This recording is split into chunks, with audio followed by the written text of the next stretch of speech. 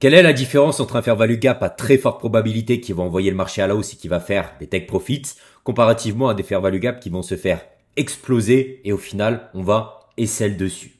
Eh bien c'est la vidéo du jour. Bonjour à tous, c'est Hugo, j'espère que vous allez bien. Aujourd'hui vidéo de la plus haute importance puisqu'on fait une vidéo sur les meilleurs fair value gap. Je vais vous donner mes 6 secrets concernant les fair value gap pour des fair value gap à très forte probabilité.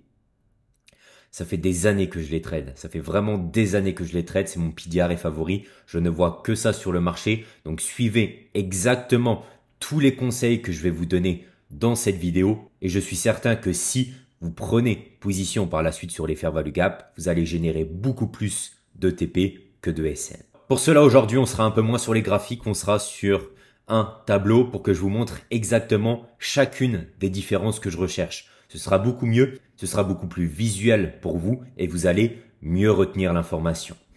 Donc, mes 6 meilleurs secrets des fair value gap. Vraiment vidéo très importante. Rapidement, je vais faire une introduction sur ce qu'est un fair value gap pour que les choses soient bien comprises, qu'on arrive bien à repérer tout ça ensemble. Et je vais vous expliquer tout logiquement et facilement ce qu'est un fair value gap. Donc, un fair value gap, c'est quand le prix monte ou baisse super rapidement. Au final, c'est une grosse bougie. La chose doit être facilement lisible. On le voit facilement sur le graphique. Qu'est-ce que c'est? C'est une résultante d'un déséquilibre entre acheteurs et vendeurs. Parce que les bougies qu'on a sur le graphique, c'est au final le rendu du carnet d'ordre. C'est tout simplement le rendu des ordres qui sont passés sur le marché. Et donc, si on a une grosse bougie comme ça haussière qui laisse un trou sur le marché, ça veut dire qu'on a beaucoup plus d'acheteurs que de vendeurs. Les vendeurs ne peuvent pas se placer. On a un déséquilibre. Et comme je l'ai mis ici, le marché reviendra très souvent dans cette zone pour la rééquilibrer. Et on partira dans le sens initial de ce fair value gap. Donc là, regardez, ici, est-ce qu'on a un trou avant là? Pas du tout. On a des mèches à chaque fois l'une en face de l'autre. Par contre, ici, on a une grosse bougie agressive. C'est ce qu'on appelle un fair value gap. On a un trou sur le marché. Et donc, pour tracer son fair value gap, j'ai ma grosse bougie, je vais prendre le haut de la mèche avant ma grosse bougie. Hop, et ensuite, la bougie a été créée, je prendrai le bas de la mèche suivante. Et là, j'ai ma zone de support. Donc, comme je vous l'ai dit, la plupart du temps, on viendra de nouveau dans cette zone et ensuite, on va rejeter cette zone pour continuer dans la même tendance. C'est pour ça que c'est super puissant, les fair value gap, car ça fonctionne super bien. Donc là, qu'est-ce que vous allez attendre? On a notre fair value gap ici, on l'a repéré ensemble. Un retest de cette zone pour partir à la hausse. Et regardez, c'est exactement ce qui s'est passé. On a méché dans cette zone, on a équilibré la zone. On peut maintenant tranquillement partir dans le sens initial du fair value gap. On était sur une bougie haussière, on continue la hausse. Ici, même chose à la baisse, on a un fair value gap baissier et ça se voit, regardez ici. Est-ce qu'on a un déséquilibre entre acheteurs et vendeurs? Absolument pas. Ici, on a une forte bougie, ça se voit. Ça veut dire qu'on a beaucoup plus d'acheteurs que de vendeurs. Le marché n'est pas équilibré à cette zone. Donc là, qu'est-ce qu'on viendra faire? On viendra retester cette zone qui sera maintenant une résistance pour partir à la baisse. C'est exactement ce qu'a fait le marché. Donc on a retesté cette zone, on a équilibré la zone et on est parti à la baisse. Donc sur un fair value gap baissier, on a notre grosse bougie ici qui se voit tout facilement. Vous allez tracer le bas de la mèche qui précède et le haut de la mèche qui en suit. Et là, vous avez du coup votre zone de résistance. On a une forte bougie baissière et donc on cherchera de la baisse par la suite comme on l'a fait ici. Le premier secret, le fair value gap ne doit jamais avoir été touché. Donc ça veut dire qu'il doit être unmitigated. C'est le terme en anglais qui dit que le PDR, que le fair value gap ne doit jamais avoir été touché. En soi, ça reste un fair value gap qui peut être perçu comme valide. Mais croyez-moi, et je vous le dis car je les trade tous les jours depuis des années, si un fair value gap a déjà été touché, je prendrai personnellement pas position dessus. Alors oui, sur internet ou même de votre côté, on vous dira qu'il est toujours valide, et il l'est mine de rien. Mais si vous prenez un trade sur le marché, autant mettre toutes les probabilités de son côté. Et donc, autant prendre un fair value gap qui n'a jamais été utilisé, donc qui n'a jamais été touché. Donc, à gauche, on a un fair value gap valide. Donc, vous voyez ici, on a notre fair value gap baissier car on a une bougie très agressive qui va à la baisse. Ça nous laisse un trou. On n'a pas de mèche en face. Je dessine donc mon rectangle. Et qu'est-ce qu'on voit là? On voit qu'on fait 0 touche avant. Ici, c'est la première touche. Et qu'est-ce que fait cette touche? Elle rejette et on envoie parfaitement le marché à la baisse. La même chose, regardez. Ici, on a un fair value gap. Première touche, il n'a jamais été touché avant, il vient d'être créé. C'est la première touche qu'on fait à l'instant T et on rejette encore à la baisse. Très important la première touche. Vous voyez ici, j'avais pas fait ici une mèche avant et on vient leur toucher une nouvelle fois. Ce que j'aime personnellement pas et j'aurais plus de mal à prendre ici de la vente. Donc là, c'est valide. C'est un fair value gap à très bonne probabilité puisque c'est la première touche. À droite, il n'est pas valide car il a déjà été touché. Il y a beaucoup moins de probabilité. Regardez. Ici, on voit le même cas qu'avant. Regardez ici, j'ai mon fair value gap haussier. Première touche, on le touche et on fait l'expansion. Parfait. Par contre, quand on revient dessus, ici, une nouvelle fois là, est-ce que, personnellement, moi, je prendrais position dessus? Absolument pas. Pourquoi? Car il a déjà été touché par le passé. Il a lancé son expansion. Donc là, si vous voulez, il a beaucoup moins d'énergie. Ce support est beaucoup moins puissant. Donc surtout, ne prenez pas position sur ce fair value gap qui a déjà été utilisé par le passé, car vous voyez, au final, il se fait complètement détruire. On clôture en dessous. Et pour ceux qui sont un petit peu plus expérimentés sur ma chaîne, au final, ce fair value gap se transforme en inverted fair value gap et il envoie le marché à la baisse. Donc ça, c'est très faible probabilité. Deuxièmement, si vous commencez dans les concepts ICT-SMC où vous n'êtes toujours pas rentable, il est mieux pour vous d'attendre de voir la réaction à ce niveau.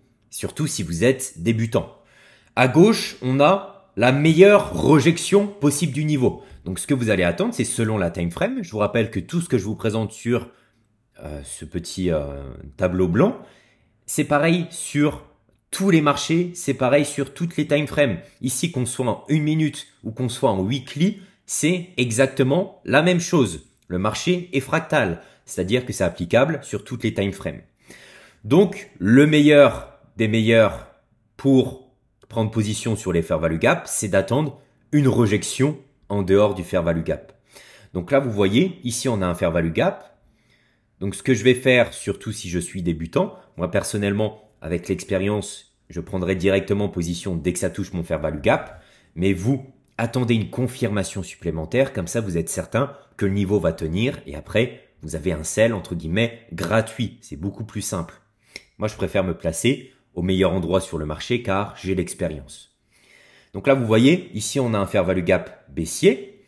Et ce que je vais tout simplement faire, je vais regarder ici, une fois que le marché revient dans ce niveau, donc via cette mèche, qu'est-ce qu'il fait par rapport à ce niveau? Est-ce qu'on va clôturer à l'intérieur? Est-ce qu'on va clôturer à l'extérieur et ne pas le respecter? Ou là, la meilleure des choses, c'est avoir une rejection en dehors du fair value gap. Donc là, vous l'avez bien compris, ici, qu'est-ce qu'on fait avec la mèche? On vient taper jusqu'ici, mais la clôture s'effectue en dessous du fair value gap. Ça indique une très forte rejection sur le marché et donc une baisse à très forte probabilité. Donc dès que la rejection est faite et qu'on clôture, attendez bien la clôture. Vous pouvez ici vous positionner en vente beaucoup plus facilement et beaucoup plus sereinement. Donc ici, regardez exactement la même chose. On a notre fair value gap qui est là. On l'a pas touché par le passé, très important. Ici, je ne prends pas d'achat. Ici, là, je ne lance pas une nouvelle expansion, puisqu'on touche pas mon niveau. Il est là, mon niveau clé, mon support. Donc ici, surtout pas de FOMO, je n'achète pas. J'attends qu'on touche mon niveau clé. Et là, dès qu'on touche, hop, on clôture à l'extérieur. On a une englobante par rapport à la bougie précédente. Et là, vous pouvez acheter tranquillement sur le marché. Donc là, c'est vraiment la meilleure chose à faire quand vous débutez dans les concepts.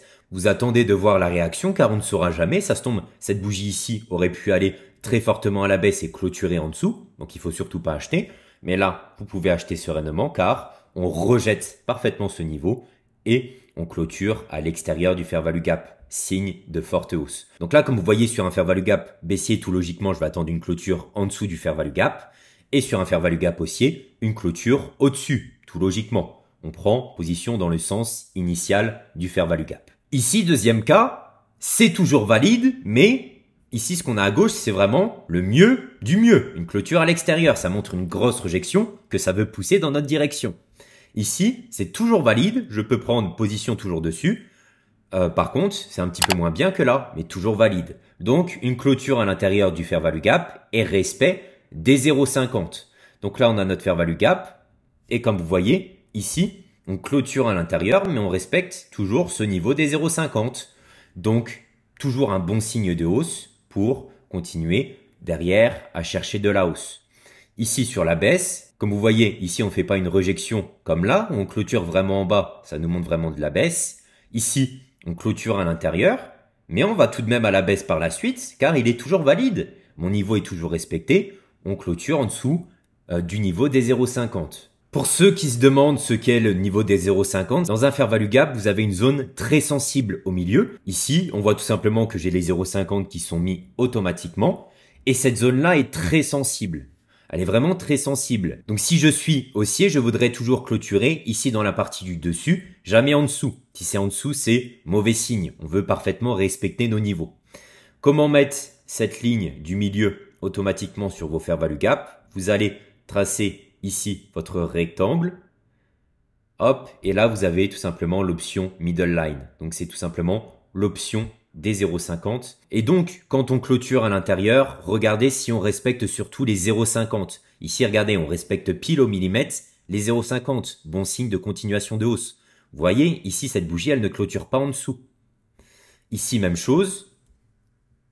Regardez, ici, on respecte encore une fois parfaitement les 0,50. Les clôtures se font en dessous. Donc, encore une fois, très bon signe de continuation. Donc vous l'aurez compris, ici on a un fair value gap qui est toujours valide, car mine de rien, clôture toujours dedans, mais on ne respecte pas les 0,50 du fair value gap. Et croyez-moi, je vous le dis, quand on ne respecte pas les 0,50 d'un fair value gap, ça sent jamais bon. Encore une fois, quand on prend position sur le marché, on veut mettre toutes les probabilités de notre côté. Et quand il y a ça, croyez-moi, bien souvent, le marché ne va pas respecter ce niveau. Si vous voulez, c'est comme si vous avez à ce moment-là un petit peu d'avance sur le marché. Le niveau est toujours respecté, mais vous savez qu'on ne va pas le respecter.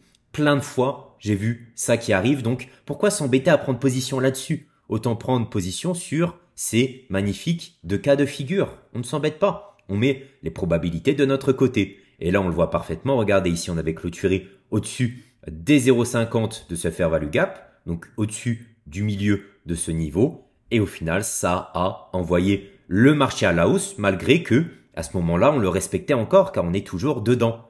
Donc faites attention à cette ligne des 0,50. Et enfin, et bien sûr, je viens de vous le dire, ce qui n'est pas valide, c'est une clôture à l'extérieur du fair value gap. Donc là, j'ai mon fair value gap et vous voyez, c'est bien d'attendre la réaction parce que là, au final, on voit que le marché clôture complètement à l'extérieur. Donc c'est ça aussi qui est bien d'attendre la réaction. Ça se tombe ici, j'aurais pu faire une bougie de rejection et partir à la baisse, mais non, le marché a choisi de ne pas respecter ce niveau et donc je ne prendrai pas de vente car mon niveau n'est pas respecté et là on aura beaucoup plus de chances d'aller à la hausse. Et au final justement regardez ce qu'est devenu ce fair value gap ici. Donc il est là, donc il a envoyé une nouvelle hausse et il sert maintenant de support pour envoyer le marché à la hausse. Ce niveau-là était un niveau de résistance mais on a clôturé au-dessus. Maintenant il servira en tant que support pour envoyer le marché à la hausse. Donc je vais pas trop avancer, j'ai peur que certaines personnes soient perdues ici. Mais ça s'appelle un Inverted Fair Value Gap, un IFVG. C'est disponible sur ma chaîne YouTube. Et c'est ça la puissance des Fair Value Gap. Là, ne jamais prendre de vente, attendre la clôture. Au moins, vous êtes certain d'avoir des confirmations. Petit récap, le mieux c'est vraiment qu'on clôture et qu'on rejette fortement à l'extérieur du niveau. Si on clôture à l'intérieur et qu'on respecte les 0,50, c'est bon, on y va. Ici, on clôture à l'extérieur, c'est pas bon. Surtout, jamais, mon niveau est complètement pas respecté. Ici, on est toujours dans le niveau, mais on ne respecte pas les 0,50. Je ne prendrai jamais position personnellement. 3. Pour un fair value gap à très forte probabilité, un BOS doit être fait. Pourquoi? Car au-delà des fair value gap, qu'est-ce que nous indique le BOS? BOS, c'est break of structure, c'est une cassure de structure. Et donc, c'est tout simplement la structure du marché. Tout logiquement, si ici, on fait ça, ça, ça, là, on refait un bas et on refait une hausse, on a cassé ici ce plus haut. Vous êtes d'accord qu'on a cassé ce plus haut? Et donc, qu'est-ce que nous dit la structure de marché dans notre tête? Ben là, qu'on fait un plus bas et qu'on refait un plus haut. Et vu qu'on est dans notre zone clé ici qui est le fair value gap, et justement, ça nous rajoute encore plus de probabilité. On a tout qui est synchronisé. On a notre structure de marché via la cassure de structure. Hop, hop, hop, hop. Et en plus, on a notre fair value gap qui sert de support. Parfait pour une nouvelle hausse. Ici, exactement la même chose et c'est super logique. On est sur une cassure de structure à la baisse. Regardez ce qu'on fait par rapport à ce plus bas. On clôture à l'extérieur. Qu'est-ce que vient faire le marché tout logiquement? Il vient retracer dans cette zone et on continue cette baisse. parce qu'on était sur une structure de marché baissière. Prenez aussi bien compte, lorsque vous tradez les fair value gap, est-ce qu'on a fait une cassure de structure avant, car ce serait logique qu'on continue dans ce sens. 4, c'est Premium Discount. Et je vais un petit peu vite, mais j'enchaîne. Je vous donne un max de conseils à voir et à revoir cette vidéo. Franchement, c'est super important. Mais on enchaîne, c'est parti. Premium and Discount. Pourquoi ce fair value gap ici n'a pas rejeté là? On a un magnifique fair value gap pourtant. Pourquoi ici on n'est pas parti directement à la baisse? Je viens de vous le dire. Fibonacci, Premium and Discount. Le fair value gap n'est pas dans la zone de vente, c'est-à-dire en premium. Par contre, ici, du coup, quel fair value gap est valide puisqu'il est en premium? C'est celui-là. Donc là, je vous l'ai pas mis, j'ai mis que celui-là, mais là, on va le mettre ensemble. Hop, et hop. Et celui-là a parfaitement rejeté et a envoyé le marché à la baisse. Donc si moi, je prends une vente sur ce graphique, est-ce que je me prends une vente sur ce fair value gap ici? Donc vous le voyez bien, je l'ai bien encadré. Ou sur celui du haut? Je prendrai position sur celui du haut. Toutes les probabilités sont là-bas. Pourquoi? Parce que si je trace mon Fibonacci, et on le sait tous, on doit vendre dans la zone du haut et acheter dans la zone du bas. Ici, je cherche à vendre, donc je vends au-dessus des 0,50. Dans ma zone Fibonacci, ma zone OTE idéalement, mais ici, en premium. Là, c'est ma zone premium, en haut. Donc vous savez très bien qu'il faut vendre en premium et acheter en discount. Ici, je cherche de la baisse, je vais donc vendre au-dessus des niveaux du 0,50. Et comme vous voyez, mon fair value gap ici, il est en dessous. Donc je ne vends pas dans cette zone puisqu'on n'est pas en premium. Il faut respecter la base des bases. Par contre, justement, ce fair value gap ici au-dessus et en premium, je vends dedans. Même scénario. Ici, regardez. J'ai plein de fair value gap au-dessus de moi là. J'en ai un ici. Pourquoi on n'a pas rebondi pour envoyer le marché à la hausse? Pareil, j'en ai un ici. Pourquoi on n'a pas rebondi pour envoyer le marché à la hausse? Et au final, qu'on est allé ici sur le dernier tout en bas. Vous le voyez bien le fair value gap là. Pourquoi celui-là n'a pas fonctionné et celui-là a fonctionné et a envoyé le marché à la hausse? Tout simplement car ici, on est dans la zone discount. Dans cette zone-là.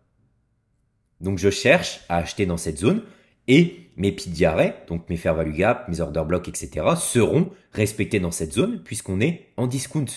La smart money reviendra toujours retracée ici. Donc là, surtout, n'achetez pas là. On a un fair value gap magnifique, mais on n'achète pas dessus. Probabilité. Dans de rares cas, il sera possible d'acheter dans ce type de fair value gap, surtout si on est super haussier. Mais ça, c'est plutôt du contenu avancé. Là, suivez ce conseil. Ici, on va toujours en discount quand on veut acheter et en premium lorsqu'on veut vendre. Cinquièmement, et c'est la largeur du fair value gap. Et je vois cette erreur énormément, donc tenez-en compte, que ce soit sur YouTube ou dans mon académie. Donc faites vraiment attention. Ici, pourquoi c'est pas valide là, ce fair value gap? Mais il est tout petit. Et l'avantage des fair value gap, c'est que ça nous montre la direction puisque ça nous montre où est la pression. Est-ce que la pression s'effectue à la baisse ou à la hausse? Les bougies ne sont que le résultat de tous les ordres passés sur le marché. Donc, est-ce que là, ça vous montre une forte pression d'envie d'aller à la baisse? Ça vous montre quelque chose d'incroyable qui a envie de pousser le marché à la baisse? Absolument pas. Donc tout ce qui est petit fair value gap comme ça, mais vraiment tout petit, hein. Je vais pas prendre la règle, j'ai pas de mesure précise. Mais comprenez juste que si ça saute pas aux yeux, c'est pas bon.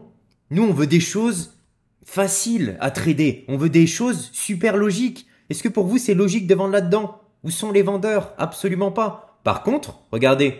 Est-ce que vous voyez pas quelque chose de plus facile à voir ou mais qui vous saute aux yeux, quoi, beaucoup plus simple et je m'embête même pas à zoomer, à gratter quelque part. Est-ce qu'il y a quelque chose qui est pas plus simple là sur le marché?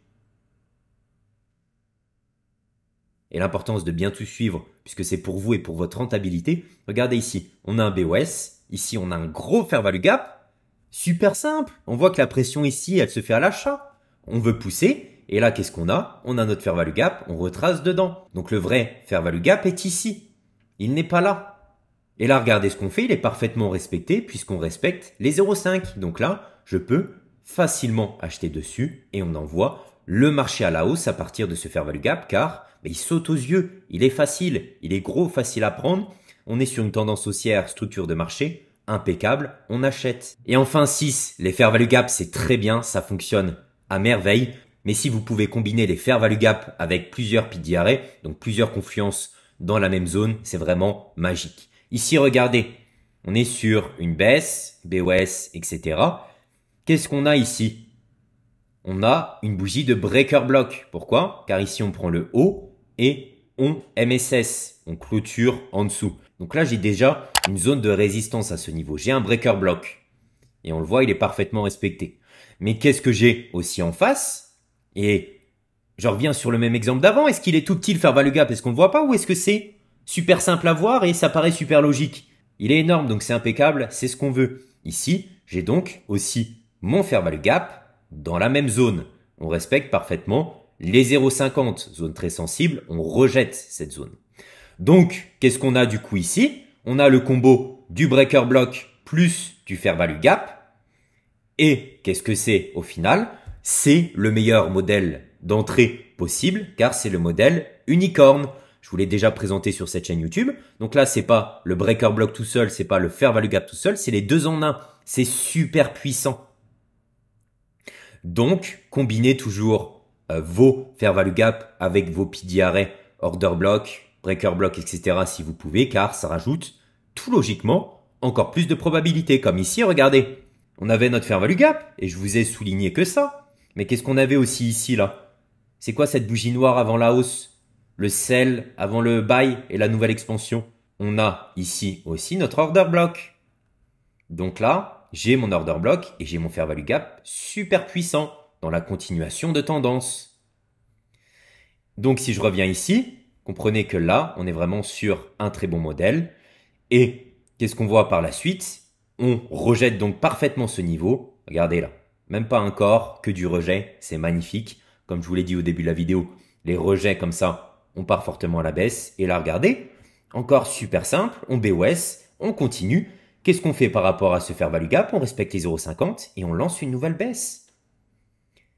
Une fois que vous avez l'œil sur les fair value gap et sur les bons, je vous assure que votre trading sera beaucoup plus simple. Je suis certain que si vous suivez ces conditions, à chaque fois que vous prendrez position sur un fair value gap, vous ferez beaucoup plus de TP que de SL. C'est certain. Donc soyez un maximum focalisé sur ça et je vous souhaite une excellente réussite. Un maximum de commentaires pour cette vidéo, de likes et on se retrouve pour une prochaine vidéo. Bye.